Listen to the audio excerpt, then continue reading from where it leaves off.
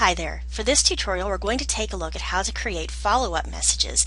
So when you send your first message to a potential customer and they respond to it, this is a follow-up that will come back to them.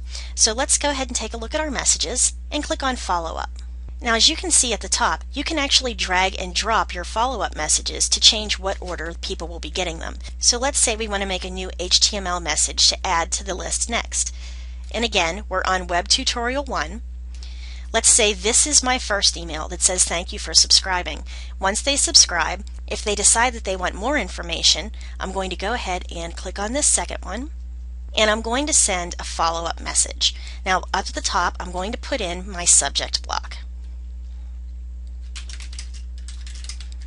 And once I type that in, I'm going to scroll down and look at my templates again.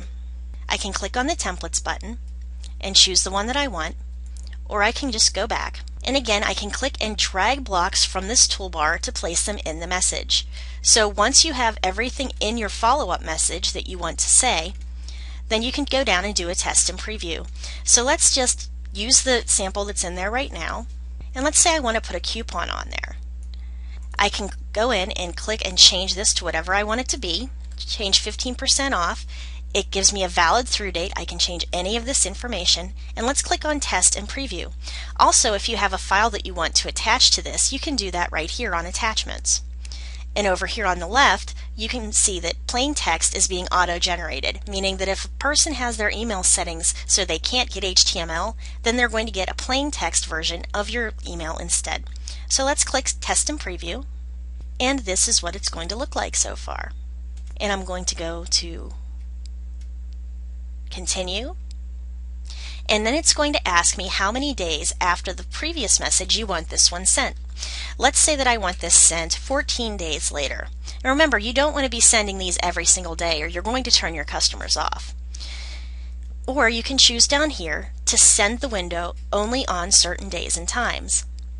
Underneath, you can choose whether you want to click track or whether you don't want to. I always like to go ahead and check it because I want to see how many people are actually clicking through my email.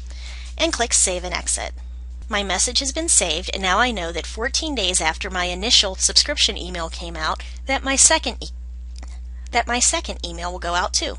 And if you want yet another one, you can click new HTML message. But for the moment, you can actually just go in and use the 4 setups. So that's how you can create follow-up messages for your email. Again, this keeps you from having to keep track of when you've sent an email to which person. And this gets really helpful when you have, say, hundreds or even thousands of different subscribers. You are not the one that has to pay attention to it. Aweber does it all for you. So I hope you enjoyed this tutorial, and I will see you at the next one. Thanks for listening.